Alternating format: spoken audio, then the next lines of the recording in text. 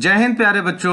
मैं संतोष कुमार मिश्रा, माध्यमिक शिक्षक, शासकीय high school police line Shahdol Madhya Pradesh.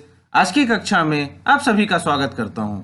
आज मैं आपसे बात करूंगा कक्षा 9 विषय विज्ञान अध्याय 5 जीवन की मौलिक इकाई से संबंधित कुछ महत्वपूर्ण ऑब्जेक्टिव प्रश्न उत्तर के बारे में। आप इन प्रश्न उत्तरों को अपनी कॉपी में नोट करें और इनका रिवीजन करें ताकि आपकी परीक्षा की तैयारी अच्छे से हो सके। तो चलिए शुरू करते हैं आज की कक्षा। सबसे पहला प्रश्न, जीवन की मूलभूत संरचनात्मक इकाई है, तो इसका उत्तर है कोशिका। कोशिका को हम जीवन की मूलभूत संरचनात्मक इकाई कहते हैं। इसे हम कार्यात्मक एवं संरचनात्मक इकाई के नाम से जानते हैं। तो सबसे महत्वपूर्ण जीवन की मूलभूत संरचनात्मक इकाई कोशिका है। कोशिका का सबसे पहले पता किसने लगाया? तो कोशिका का सबसे पहले पता लगाया रॉबर्ट हुक ने। ध्यान रखेंगे, किसने लगाया? रॉबर्ट हुक ने लगाया सबसे पहले कोशिका का पता। प्रोकैरियोटिक कोशिका का अपरिभाषित केंद्रक क्षेत्र क्या कहलाता है? हम जानते हैं दो प्रकार की कोशिकाएं हैं, प्रोकैरियोटिक और यूकैरियोटिक। तो जो प्रोकैरियोटिक कोशिका है उसका अपरिभाषित केंद्रक क्षेत्र कहलाता है केंद्रकाभ या न्यूक्लियोइड। क्या कहलाता है? केंद्रकाभ कहलाता है। पादप कोशिका की कोशिका भित्ति बनी होती है, किसकी बनी होती है? सेल्यूलोज की बनी होती है। पादप कोशिका और जंतु कोशिका की बात करें तो जंतु कोशिका में कोशिका भित्ति नहीं होती है, लेकिन पादप कोशिका में कोशिका भित्ति पाई जाती है और यह कोशिका भित्ति सेल्यूलोज की बनी होती है। किसकी बनी होती है? सेल्यूलोज की बनी होती है।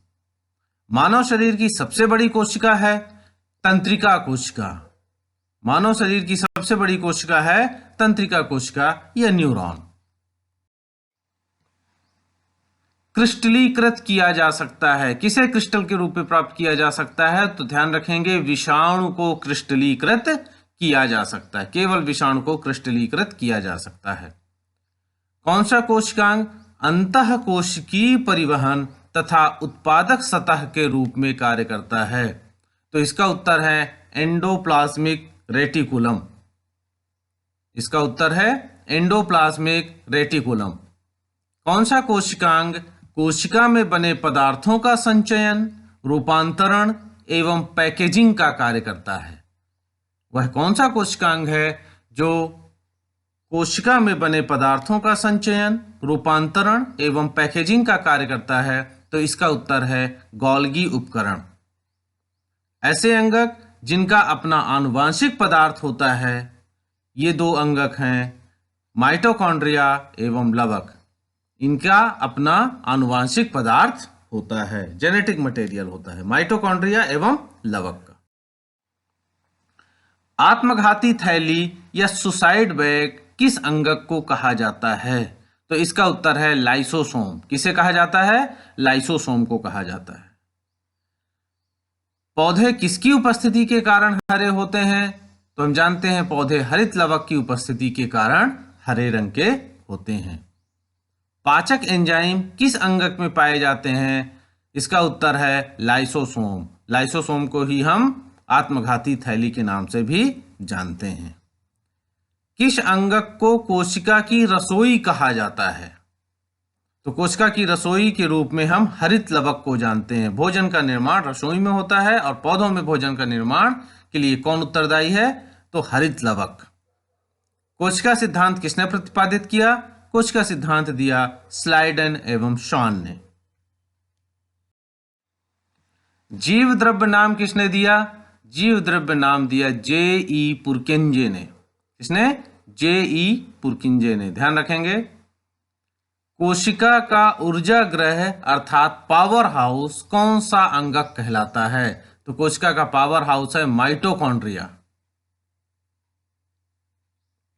कोशिका के केंद्रक की खोज करने वाले वैज्ञानिक हैं रॉबर्ट ब्राउन। ध्यान रखेंगे कोशिका की खोज करने वाले रॉबर्ट हुक और कोशिका के केंद्रक की खोज करने वाले रॉबर्ट ब्राउन हैं। लाइसोसोम उत्पन्न होते हैं कहां से? गोल्गी उपकरण से ये उत्पन्न होते हैं। प्रोकैरियोटिक कोशिका में दिखने वाला एकमात्र कोशिकांग है राइबोसोम। प्रोकैरियोटिक कोशिका में दिखने वाला एकमात्र कौन सा कोशिकांग है? राइबोसोम है। कोशिका भित्ति पाई जाती है, तो कोशिका भित्ति कहां पाई जाती है?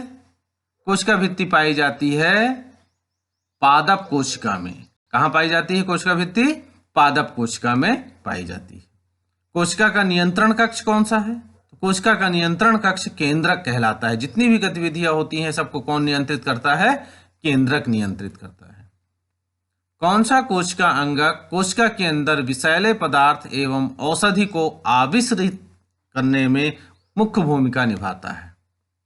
तो यह है स्मूथ एंडोप्लाज्मिक रेटिकुलम, चिकनी एंडोप्लाज्मिक रेटिकुलम। क्या करता है यह कोशिका के अंदर जो विषैले पदार्थ हैं एवं औषधि हैं उनको आविष रहित करने में मुख्य भूमिका निभाता है। प्लास्टिड के कितने प्रकार होते हैं? तो प्लास्टिड के 2 प्रकार होते हैं। एक क्रोमोप्लास्ट होता है जो कि रंगीन होता है, एक ल्यूकोप्लास्ट होता है जो कि रंग विहीन होता है। तो ये प्लास्टिड के 2 मुख्य प्रकार होते हैं, क्रोमोप्लास्ट और ल्यूकोप्लास्ट। फिर क्रोमोप्लास्ट को भी अनेक भागों में बांटा गया है। तो इस तरीके से ये इस इकाई के महत्वपूर्ण प्रश्नोत्तर। उम्मीद करता हूं आपको ये प्रश्नोत्तर अच्छे से समझ में आए होंगे। आप इन प्रश्नों को लिखें और इनका रिवीजन करें। बहुत बहुत धन्यवाद।